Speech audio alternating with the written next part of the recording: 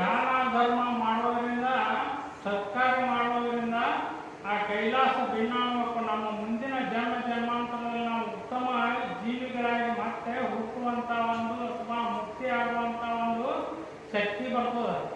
ಬಸವಣ್ಣವರು ಕೂಡ ಕಲ್ಯಾಣದಲ್ಲಿ ಯಾವ ರೀತಿಯಾಗಿ ಒಂದು ದಿನ ಬಸವಣ್ಣವರು ತಮ್ಮ ಅರಮನೆಯಲ್ಲಿ ರಾತ್ರಿ ಮಲಗಿದ್ದಾಗ, ನೀಲಲೋಚನೆ ಜೊತೆಯಲ್ಲಿದ್ದಾಗ ಕಳ್ಳ ಬಂದು ಎಲ್ಲ ಮನೆಯಲ್ಲಿನ ಒಡವೆ ವಸ್ತುಗಳನ್ನೆಲ್ಲ ತಗೋತಾನೆ.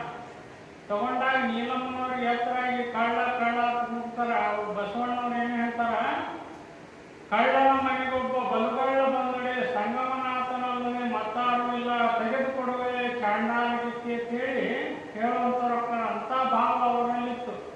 ಯಾಕಂದ್ರೆ ಅವರು ಕೇವಲ ನಿಮಿತ್ತಕ್ಕಾಗಿ ಒಂದು ಸಂಸಾರವನ್ನು ಮಾಡ್ತಿದ್ರು. ಯಾವ ರೀತಿಯ ಧನ ಧಾನ್ಯ, ಒಂದು ಬಂಗಾರ ಬೆಳ್ಳಿ ಮುತ್ತು ರತ್ನ ವಜ್ರ ಒಳ್ಳೆ ಅವು ಯಾವಕ್ಕೂ ಮೇಲೆ ಆಸೆ ಇಟ್ಟಿದ್ದಿಲ್ಲ. ಅವರು ಸುಮ್ಮ ನಿಮಿತ್ತಕ್ಕೆ ಮಾತ್ರ ಮಾಡ್ತಿದ್ರು. ಒಮ್ಮೆ ಕರ್ಣಾರ್ಜುನರು ಕೂಡ ದಾನಿಗಳಲ್ಲಿ ಯಾರು ಶ್ರೇಷ್ಠ ಅಂದ್ರೆ ಕರ್ಣ ಅಂತ ಹೇಳ್ತಾರೆ. ಅದು ಒಂದು ದೃಷ್ಟಾಂತ ಬರ್ತದೆ. ಒಮ್ಮೆ ಇಂದ್ರ ಒಂದು ಪರೀಕ್ಷೆ ಮಾಡಬೇಕಿತ್ತ. 100 ವರ್ಷದ ವೃದ್ಧ, 80-90 ವರ್ಷದ ಒಬ್ಬ ಮುಪ್ಪಾದ ಮುದುಕನಾಗಿ ಬಡಿಗೆ ಹಿಡ್ಕೊಂಡು ಮೊದಲು ಅರ್ಜುನ ಮಾತ್ರ ಬರ್ತಾನೆ. ಬಂದಾಗ ಅರ್ಜುನ ಏನು ಬೇಕು ಕೇಳಿದ್ರೆ ನಿಮಗೆ ಮುತ್ತು ರತ್ನ ವಜ್ರ ವೈಡೂರ್ಯ ಹಣ ಏನು ಬೇಕಾದ್ರೂ ಕೊಡ್ತೀನಿ ಅಂತ ಹೇಳಿದಾಗ ನಾನು ಇನ್ನೂ 15 ದಿವಸ ಬಿಟ್ಟು ಬರ್ತೀನಿ, ಅವಾಗ ನಾನು ಬೇಡ್ತೀನಿ, ಬೇಡಿದ್ದು ಕೊಡಬೇಕಂದಾಗ ಆಗಾಯ್ತು ಬಯಲು ಅಂತ ಹೇಳ್ತಾನೆ. ಮುಂದೆ ಕರ್ಣನ ಹತ್ರ ಬರ್ತಾನ. ಕರ್ಣನು ಕೂಡ ದಾನಿನೇ ಅಲ್ಲ. ಅವ ಮುತ್ತು ರತ್ನ ವಜ್ರ ವೈಡೂರ್ಯ ಏನು ಬೇಕು ನೀವು ಕೇಳ್ರಿ ಅಂತ ಹೇಳಿದಾಗ ನಾ ಇನ್ನೂ 15 ದಿವಸ ಬಿಟ್ಟು ಬರ್ತೀನಿ, ಆವಾಗ ನಾವು ಬೇಡಿದ್ದು ಕೊಡ್ಬೇಕಂತ ಹೇಳಿ ಕರ್ಣನಿಗೂ ಕೂಡ ಹೇಳುವಂತನಕ್ಕನ. ಅವಾಗ ಮುಂದೆ ಧಾರಾಕಾರವಾಗಿ 15 ದಿವಸ ಧಾರಾಕಾರವಾಗಿ ಮಳೆ ಬೀಳ್ತದೆ. ಮಳೆ ಬಿದ್ದಾಗ ಆ ಒಂದು ಅರ್ಜುನ ಹತ್ರ ಬರ್ತಾನ ಒಂದು ಇಂದ್ರ. ಅರ್ಜುನ ಹತ್ತು ಬಂದು ಮುಪ್ಪಾನ್ ಮುದುಕನಾಗಿ ಬಂದು ನಿಂತಾಗ ಆ ಅರ್ಜುನ ಕೇಳ್ತಾನೆ, ಏನು ಬೇಕು ನಿಮ್ಗೆ ವಜ್ರ ವೈಡೂರ್ಯ ಮುತ್ತು ರತ್ನ, ನಿಮ್ಗೆ ಯಜ್ಞ ಯಾವಾಗ ಏನು ಬೇಕು ಕೇಳಿ ಅಂತ ಹೇಳಿದಾಗ ನಮ್ಗೆ ಯಜ್ಞಕ್ಕೆ ಒಣಗಿದ ಕಟ್ಟಿಗೆ ಬೇಕು, ಆ ಕಟ್ಟಿಗೆಯನ್ನು ಕೊಡೋದು ಕೇಳ್ತಾನೆ.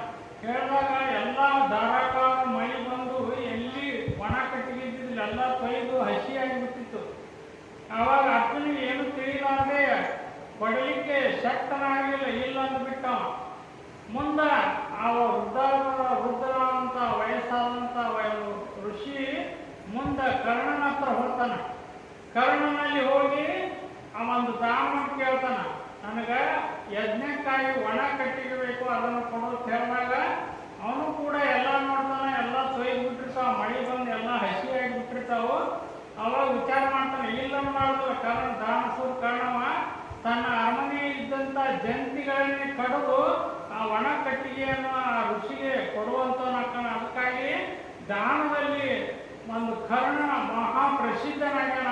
ನಾವು ಮನಸ್ಸು ಮಾಡಿದರೆ ಏನು ಬೇಕಾದರೂ ಕೊಡ್ಬೋದು, ಕೊಡುವ ಭಾವ ಇರ್ಲಿಕ್ಕಂದ್ರೆ ಇಲ್ಲ ಅಂತ ಹೇಳ್ಬೋದು. ಆದರೆ ಕೊಡಬೇಕನ್ನೋ ಭಾವ ಇತ್ತಂದ್ರೆ ನಮ್ಗೆ ಯಾವುದೇ ಒಂದು ದಾರಿ ನಮಗೆ ಸಿಗ್ತದೆ. ಅದಕ್ಕೆ ಸಿರಿಬಂದ ಕಾಲಕ್ಕೆ ಕರೆದ ದಾನ ಮಾಡಿ ಪರಿಣಾಮಕ್ಕೂ ಪದಕ್ಕೂ ಕೈಲಾಸ ಭಿನ್ನಾಮಕ್ಕೂ ಸರ್ವಜ್ಞ ಅಂತೇಳಿ ಯಾವ ರೀತಿ ನಾವು ಜೀವನದಲ್ಲಿ ದಾನ ಧರ್ಮ ಪರೋಪಕಾರ ಮಾಡಿದ್ದೇ ಆದರೆ ನಮ್ಮ ಮುಂದಿನ ಜೀವನ ಸುಖಿ ಆಗುವಂಥದ್ದಾಗ್ತದೆ. ಇಲ್ಲಿ